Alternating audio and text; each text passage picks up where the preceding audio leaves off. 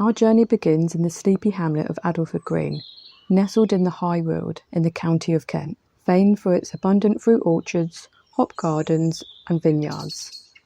This archive footage, taken sometime between the late 1940s and early 50s, sees Addleford Green station still wearing its former Southern Railway colours, although the newly erected station sign leaves no doubt as to the current ownership. Although the motorcar's popularity is growing as a mode of transport, these dusty country roads see little use.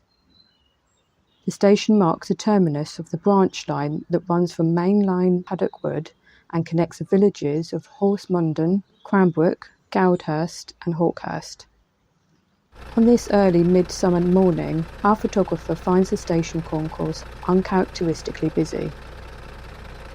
The station building is modest in design and would become something of a signature style of many lines built and managed by Colonel Holman Stevens.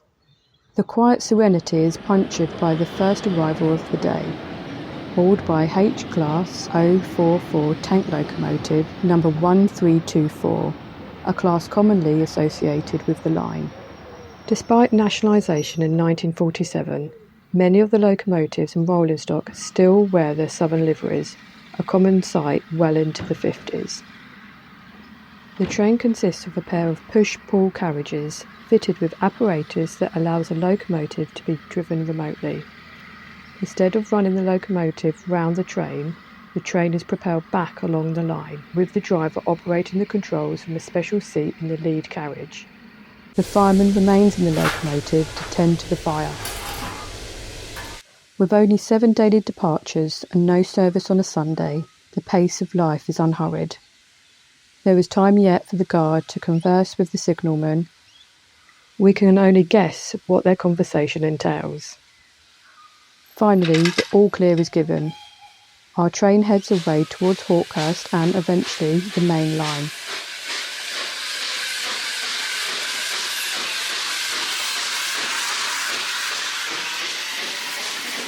The station returns once more to its slumber.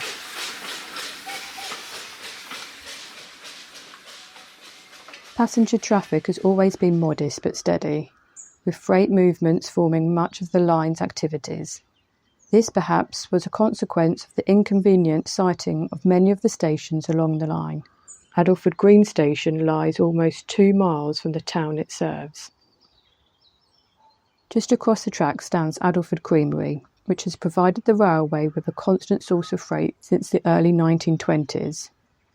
Work begins early with a delivery of milk from local farms. Here, cream is separated from the milk and the resulting products, butter and cheese, are distributed further afield. Raw, unprocessed milk is transported by rail in 6-wheel tankers to London dairies and bottling plants.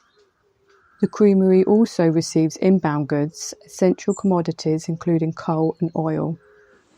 Back at the station, Terrier locomotive number 2644 arrives with a short train of ancient 4-wheel carriages and an empty milk tanker ready to be filled.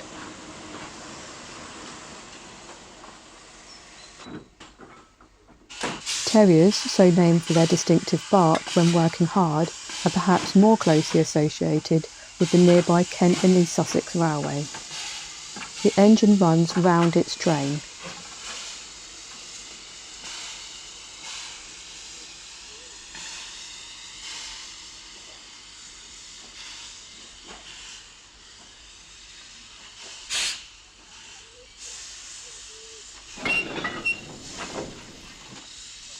On departure, the tanker remains. Shortly it will be marshalled into the creamery siding.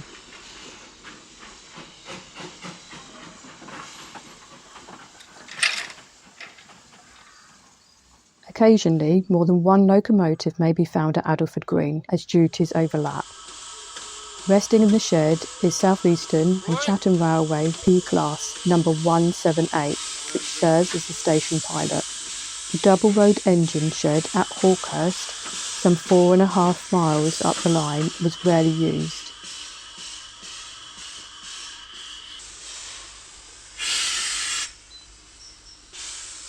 The wagon is collected, propelled beyond the starting signal.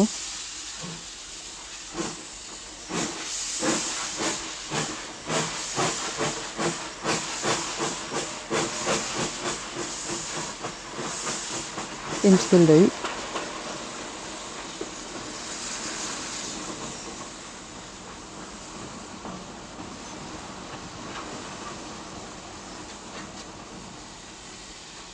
And brought to the creamery's private siding.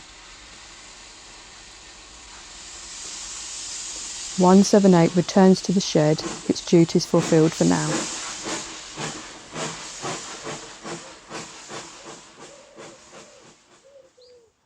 The midday sun casts long shadows among the hop poles of Ashgrove Farm, a scene that appears almost frozen in time.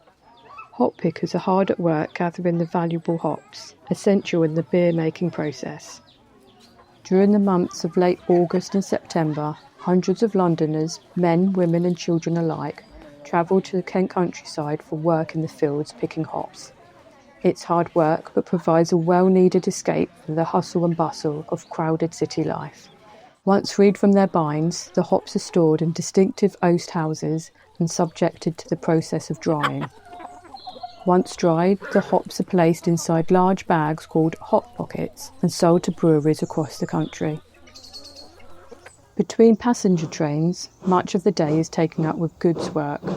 Addleford Green's unusually short head shunt makes shunting manoeuvres an interesting challenge. There's a form of ordered chaos to be found in the proceedings.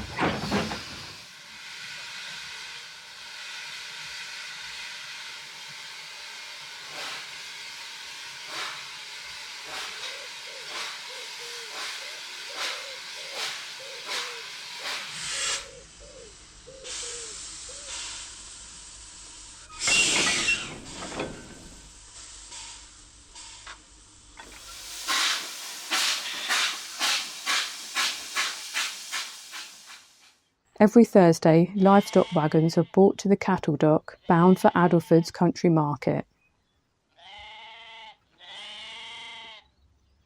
It's not uncommon to also see horses transported in this way, the groom travelling in a special compartment within the horse box. The small yard crane stands by, ready for the conveyance of general goods. All manner of items pass through the railway daily, distributed further by the lorries of local transport firms.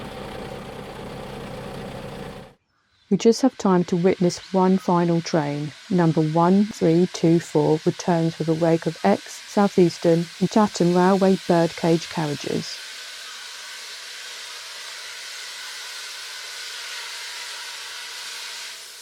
With no push-pull apparatus on these carriages, the locomotive is required to run round, preparing for the return trip.